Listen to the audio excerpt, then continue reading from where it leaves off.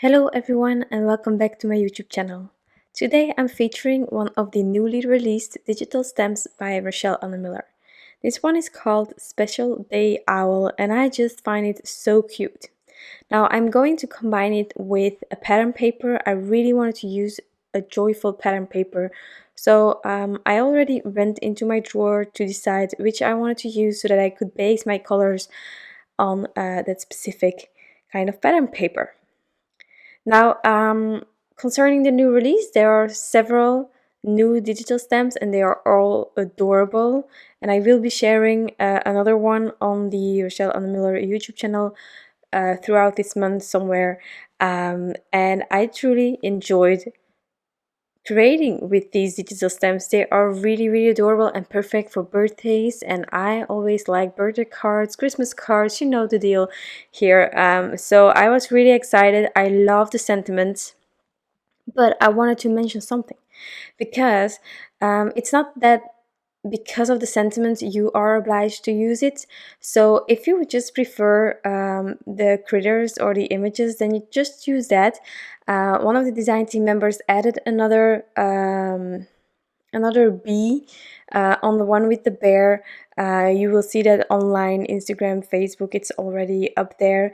Then we have another design team member who combined all of the critters from this whole release together in one spectacular card, and I am just in love with her card. It's from Maartje, and she created this stunning scene where they are all standing next to each other, and of course this one, the owl, is like hanging in the sky while sitting on the branch here. Really cute. So truly the sky is the limit. Now I say this often, I most of the time prep my digital stamps that I want to use in Word, Microsoft Word, which is kind of a basic program that you can use that, but I don't do crazy things when it comes to editing them. I most of the time just love them as they are, but there are ways to play with them. I also have a program on my iPad that is called Procreate, and there you really have tons and tons of possibilities that are easily to put in place. If I have at a certain point a specific idea where I need my iPad for, I will try to film it. Now, normally the plan is to share it next month, if I'm not mistaken, but I created this Christmas card last weekend, yes, and I'm really excited about it, but I just need to figure out time-wise when I will be able to edit, do the blog posts, do the voiceover and such. So I think it's for next month.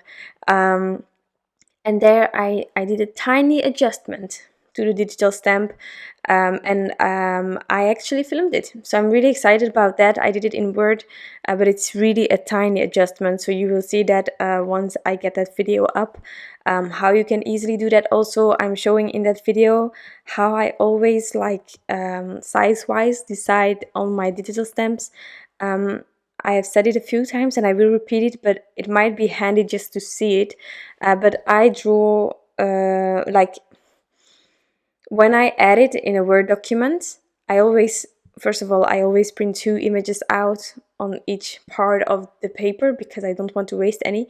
And then I also add like a rectangle on top. I erase the inner part so that I can see through and see my digital stamp, and then I make sure that the size is exactly the size of an A2 size card, a mini slimline card, depending on the size that you have. You can easily indicate that in Word, and then you are sure that it will fit that card that you want to make. So here I just used a scrap piece of paper from this pattern paper. As you can see, I always keep my pattern paper in like a plastic bag, like a pocket bag kind of thing, and then I keep all of the rests that I have in the back of that bag, in case like this, that I just need a sliver of it. Next, to get a lovely border, I use the stitched scallop basic edges from My Favorite Things. There are several in there, but I really wanted it to be a soft edge. I love the fact that it's a scallop I love the fact that there are stitches. I think it's great. And so to match with this, with the pattern paper, I used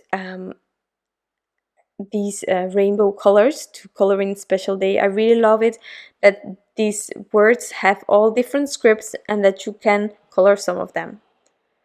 So here I die cut the border, and then of course I had to trim down my panel enough to fit on this specific card, but I also wanted to use some dimensions, so it wasn't really easy to figure it out just out of thin air. So I just put the white area on top of the card base. As you can see, you can just slide it in, and then I made sure to try to center it, and I indicated where I had to cut everything in the back of this paper. So there we go. I just turned it around, and I'm using a pencil. It's the back, so if you don't have a pencil nearby, use something else. And I just indicated everything.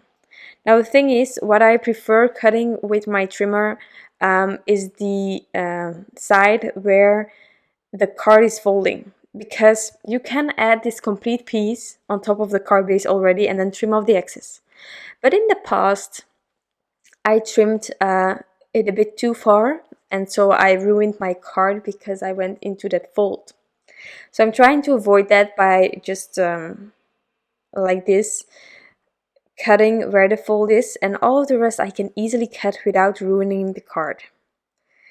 I also traced, as you remember, the edges, so I knew where to add my foam tape here, and then later on I can trim it all down. And I prefer doing it this way because if I trim it right away now, both sides, then I have this issue most of the time that I just have like this sliver too short or the sliver too wide, and then I still have to trim it. So I prefer having two edges, the one of the fold and the one right next to it, one of them, and then I can line up that corner and trim off all of the excess on the other side. And I think that works great.